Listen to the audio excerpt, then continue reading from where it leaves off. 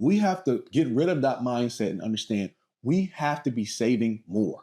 We have to cut our expenses because with that margin, that difference between how much you're making and how much you're spending, that difference is where wealth is built. So the more you're able to cut down expenses and increase your income gives you a quicker and more efficient fuel to put into your vehicle to get to your destination.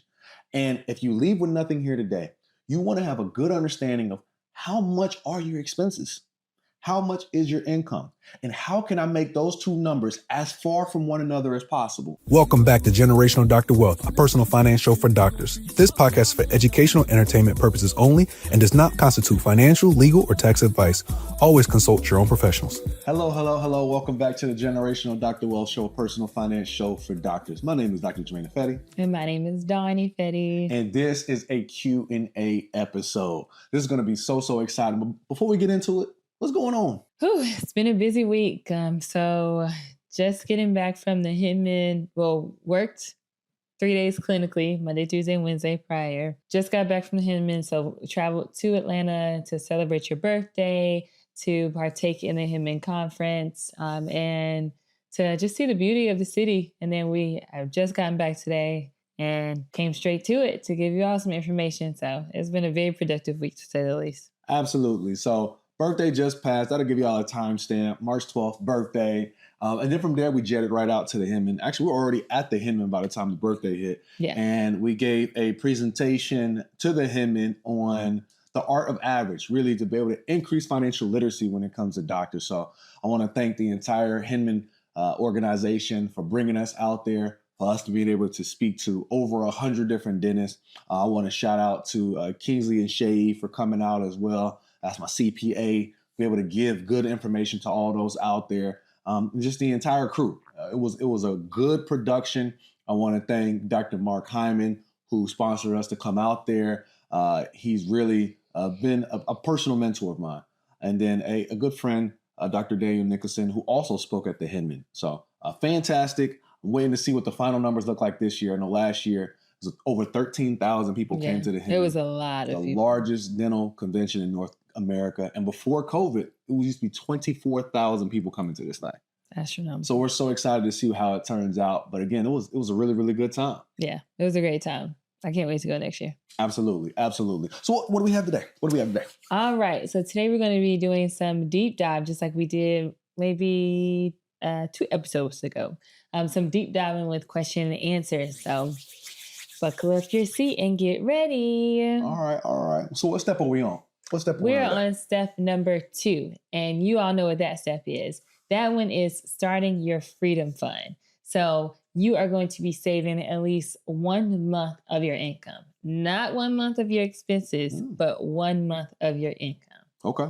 All right. So what's the main difference between 1 month of income versus 1 month of expenses? So with income, that's more fixed. You generally know how much you're going to make. And even if someone asks you, how much do you make in a month? You know that answer. With expenses, that's a bit more variable. So expenses have their ebbs and their flows, their highs and their lows. So with this step, we at least know how much we're bringing in each and every month. So that's a set number. You can set up an auto draft. It automatically goes into whichever account you need it to. With expenses, 1 month could be more expensive than the next. So you just never know how to properly prepare and plan for that. Absolutely. Everybody knows how much they make. Very few people know how much they spend. So yeah. This is going to be a fun episode. Let's get into it. All right. So we have Dr. Samuels here, and he has saved his 1 month of his income. He's contemplating whether he should invest it in stocks or crypto. What are your thoughts? So, and I'm glad we actually start with this question because this is one of the biggest issues that face dentists. Sometimes we try to be overachievers when it comes to our finances. Mm-hmm. And especially when people first graduate, because what we're trying to do is we're trying to make up for a lot of lost time. Mm-hmm. Because we've been in dental school, medical school, pharmacy school for so many years, we're trying to make up for a lot of lost time. But I don't want us to think about it as lost time, but invested time. So when we first come out and we hit step number 2 and we're saving 1 month of income, this needs to be in a liquid place. Mm-hmm. This needs to be in a high yield savings account, a personal checking. You can even have it cash. Wherever it is, it needs to be easily accessible just in case something happens. See, this is not the time to be putting the funds into an investment account. or putting into a crypto account. Now, one thing I will say is you could actually put it into an investment account. You can put it into a brokerage account if you keep it cash. Because sometimes in money market accounts or that brokerages hold, when you keep cash in there, they tend to have higher interest rates than just a high yield savings account. So if he's referring to just putting the money into the brokerage just to let it sit there and collect interest and not going to invest it, then that actually works out fine. Now, if he's going to be tempted to invest those funds into the actual brokerage accounts, into stocks, avoid that altogether. So again, just to recap, brokerage accounts have what we call money market accounts. That's basically like the savings account. So when you put money into your brokerage account, it sits in that money market account until it's ready to be deployed. Those accounts tend to have very high interest rates compared to any other accounts. Those and high yield savings accounts tend to be very similar, or sometimes they tend to be higher than high yield savings account. Okay. So that's a safe place to put it if that's what he's referring to. Now, if he's going to be tempted, I say avoid brokerage altogether. Keep it into a high yield savings account or a checkings account. And worst out of the three, I would say keep it cash. Either way, you need it easily accessible. This is not the time to be hoping that the market goes up and down. Again, we'll get to investing. But right now, in step number 2, we are still in building our financial foundation. Okay. In this step, we're not even thinking about investing. This is where we get ourselves safe. As we talked about in step number 1, we're taking care of all of our insurances. We're taking care of our income protection. We're protecting our license, and we're making sure we have our life insurance. See, now we're starting to protect our income as far as our lifestyle side of things. So in step number 2, once we actually have 1 month of income saved up, this income is not meant for investing purposes. This income is meant for protection purposes. So you mentioned if he is going to be tempted to invest it directly into a high yield savings instead of a brokerage account, are both of those not accessible? So a high yield savings account is not necessarily investing. You're storing it in there. So a high yield savings account can't be invested in anything. It just sits into basically just like your savings account. Now, a money market account that is trapped within a brokerage account, that can be invested. So for instance, if I gave you $1,000 and it went to like your Robinhood, your Charles Schwab, your Vanguard, any of those accounts, it sits in a money market account. And it sits in there until you're ready to actually choose the stock you want to purchase.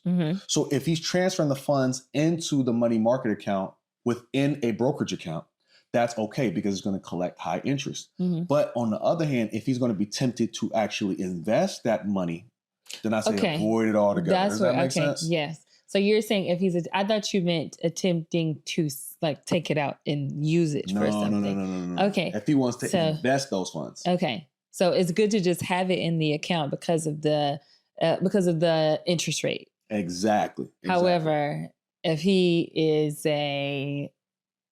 someone that just loves investing, that's his world, and stocks have it, like say for instance, if it's a bull market and he's like, okay, I have to do something with this money. This isn't the time for that. Okay, gotcha. But that time will come.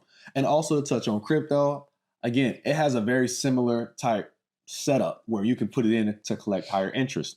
It's the same exact information I just gave. If you're tempted to buy crypto with it, do not put it in. If you're putting it in just to get the higher interest rate, then go for it. All right. But just be careful and just avoid all kinds of risk altogether. Just keep it in a high yield savings. And again, worst case scenario, keep it cash.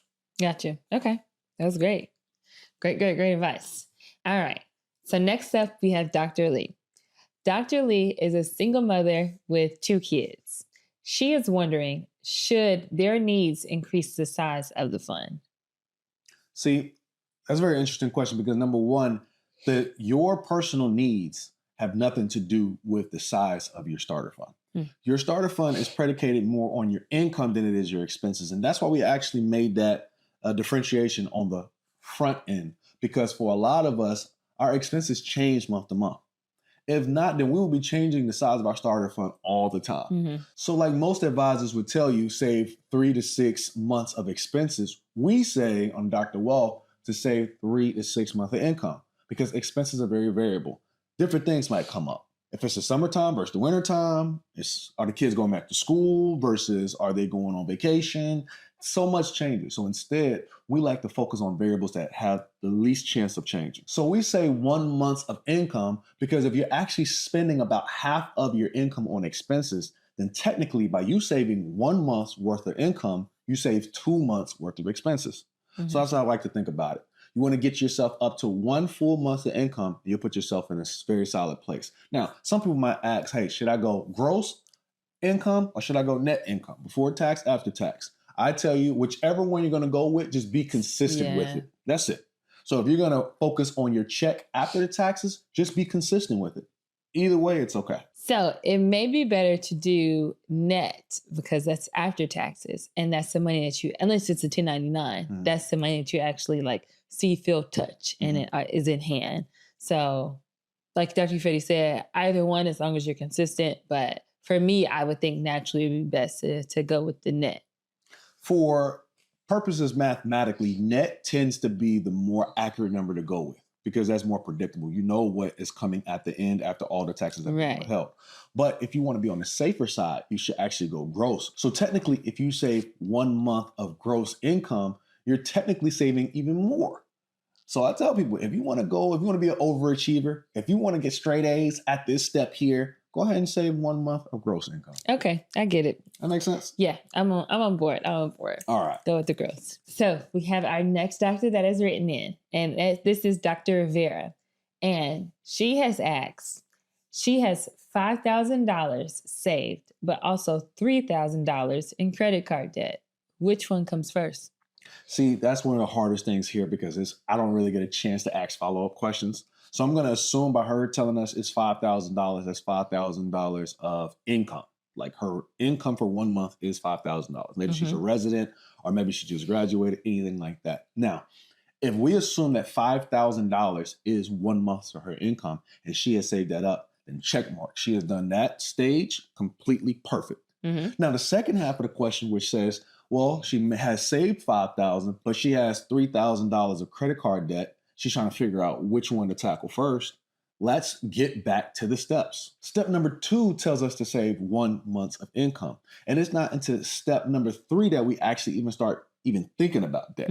So by her taking into consideration the $3,000 worth of debt she has, that shouldn't even be thought about right now. So this episode and this step are strictly focused on protecting yourself, getting all the proper tools in place. We will get to the point of taking care of credit card debt. But right now, this $5,000 is for safety purposes only. The next step will handle all the debt. We'll take care of all high interest debt, anything over 8%. But for this step in particular, you are putting yourself into a solid foundation. Now, let's say, for instance, if she did want to go ahead and, you know what? I'm tired of the credit card debt. I'm going to take my $5,000. I'm going to put it towards that credit card debt. Right. Okay. She pays off her credit card debt. Let's say something happens. Computer dies. Tires on the car need to be changed all at the same time. And let's say everything costs $5,000. She's going to go back into the same credit card debt that she would have avoided in the first place. Yeah. So that's why this step is so important, because by keeping this money aside, it helps you avoid those future credit card debts. Do things in the proper step. And for a lot of dentists and a lot of medical doctors, a lot of pharmacists, a lot of doctors all over the type, one thing I notice is that we tend to want to do the right thing, but we do them in the wrong order. By following these 9 steps, you'll ensure that you do things in the right order. Okay. So essentially, you're telling them to make sure that they pay their credit card debt or student loan debt or any kind of debt they have. Just pay that minimum balance until they get to that phase in the blueprint. Then pay it aggressively. Yeah. So in step number 1 and step number 2, you still want to be taking care of all your responsibilities, right? So you want to think about all these different steps. Step 1, step 2, step 3. You still want to make sure you're handling all your financial obligations, all your loans. You want to be paying your minimums to keep yourself in good standing. Every extra dollar, you're not going to be trying to pay it down aggressively. Right. You want to take the extra dollars to, number 1, make sure all of your insurances are covered is step number 1. And then step number 2, you want to make sure you take the extra dollars and get that 1 month of income saved up aggressively. That's how I would like to think about it. That's good. That's really good. Because naturally, like you said in the example, if she were to have an emergency pop up, then she's going to use that same credit card. Hopefully, she still has it open, because naturally, if someone thinks, I'm going to pay off all of my credit cards, then close them off because I don't want any credit cards. I don't have the discipline for the credit cards. Then she doesn't have that safety fund in the process of building up her actual safety fund to use in those cases of emergency. Exactly. So we just want to make sure we're doing things in the proper order. And we're going to get to all the different steps. Yeah. And like we talked about at the Hinman, I don't want us skipping over the beginning steps trying to get to the final step. That's if we good. do things in the proper order, we'll get the proper outcome that we need. Yeah. Let's not bake a cake and start thinking about cutting the cake before we even put it in the oven. Let's take the proper steps. Yeah, I think it's hard for some people sometimes, though, if you've had this debt staring at you for the past 5, 10, 15 years. And it's just like, one day I'm going to pay this off. One day I'm going to pay this off. But you find, regardless if you've been working for a job for 3 months or working for a job for 3 years, it's like you finally are put in that position where you can pay it off. But now you're telling me, whoa, slow down. We're going to get there. Just not yet. When it comes to finances, you can call me the speed police. It's my job to tell you, pump your brakes, okay? We can get to our destination. We will get there, I promise you. But do not speed and put everybody in danger on your way to get to your destination. You want to make sure you're taking the proper route, okay? Now, what happens is a lot of us, instead of just getting on the highway and going at a cruise control speed, we go inner city, we're stopping at lights, we're cutting people off, we're riding straight through stop signs, thinking that we're going somewhere faster, not knowing if we just use these 9 steps, this puts us on a financial highway to get to our destination quicker in time, more fuel efficient, and just with a lot more stress. So instead of thinking, you know what, let me do it my way, I'm going to take the local route and I'm going to go inner city. Instead, let's get on the highway and let's let cruise control do its thing. That's good. That's really good. Thank you. All right. So for our last question, we have Dr. Kim here. And Dr. Kim is wondering, because they're having such a hard time saving 1 month worth of income, essentially their expenses are very high. Okay. What are some strategies that they could do to implement to make sure, to lower their expenses so they can get to that freedom fund faster? So I think sometimes we need a little bit of realness given to us. And the realest way I can probably put this is that you have to cut somewhere. There's no magic formula I can give you to tell you, hey, this is how you save 1 month of income. Before we even get to these 9 steps, there's one principle that has to be understood if we want to succeed at getting on that financial highway. And that's number 1, we have to keep our expenses in line. What we like to say is you want to make sure you're saving more than you're spending. And from what you're saving, you want to invest more than you're actually putting into the bank. Does that make sense?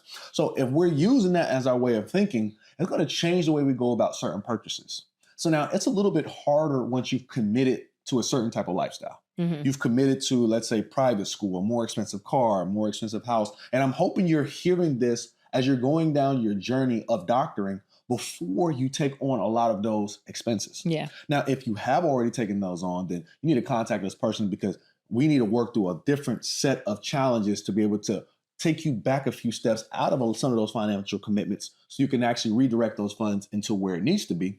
But let's hope that before you sign up for that new car lease, before you think about doubling the size of your house, before you think about going on that vacation or purchasing that next bag, you can do everything that you want. You just can't do it at the same time. And again, for a lot of us doctors out there, you tend to be the most successful person in your friend group.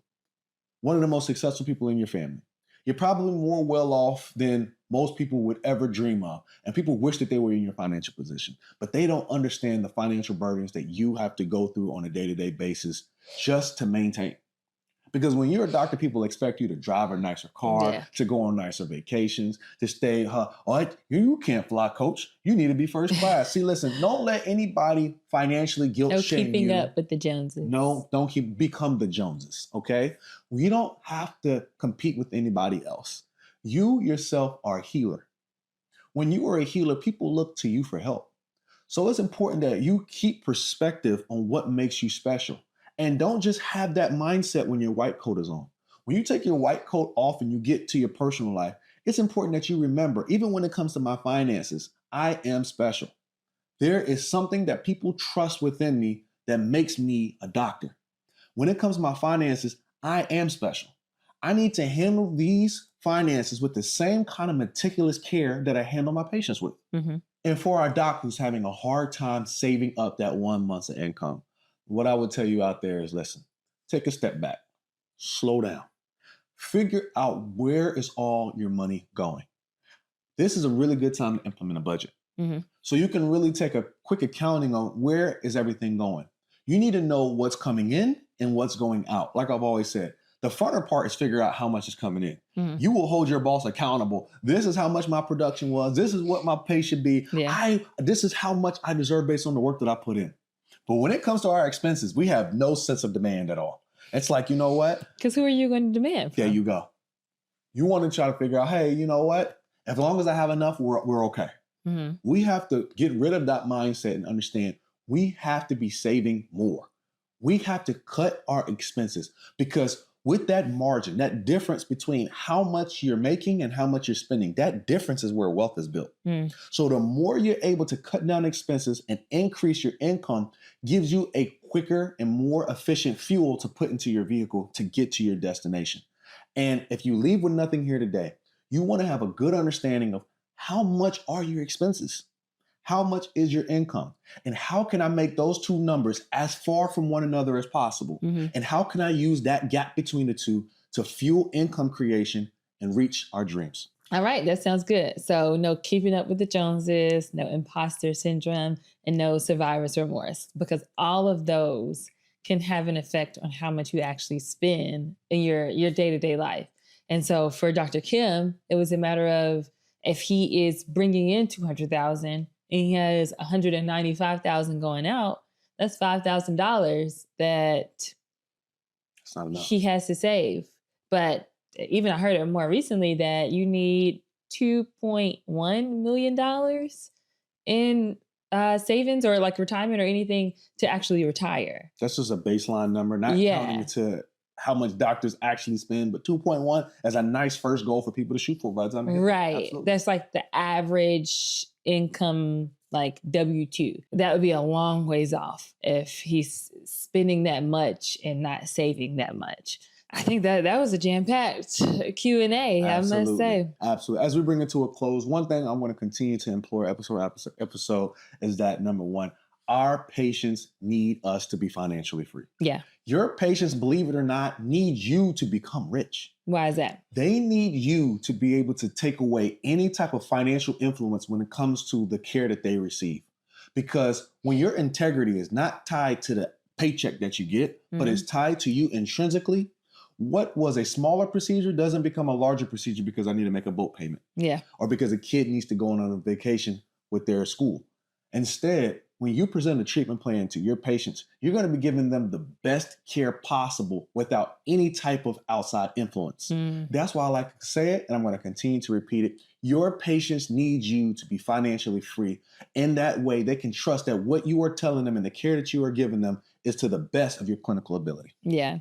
They joke about it in TV shows, but it happens in real life. Absolutely. This is a fun episode, Q&A episode on step number 2 of the Doctor's Blueprint to Financial Freedom. And this one's focused on saving 1 month of income. We look forward to seeing you on the next episode of the Generational Dr. Wealth Show, a personal finance show for doctors. See you soon. Peace. Peace. This show is for educational and entertainment purposes only and is not intended to be financial, legal, or medical advice. We are not acting as your personal financial advisors. The strategies discussed are general in nature and may not be appropriate for your individual situations. You should always consult your own qualified financial, tax, and legal professionals before making decisions about your money. The host and guests are not responsible for any actions you take based on the information shared on this show.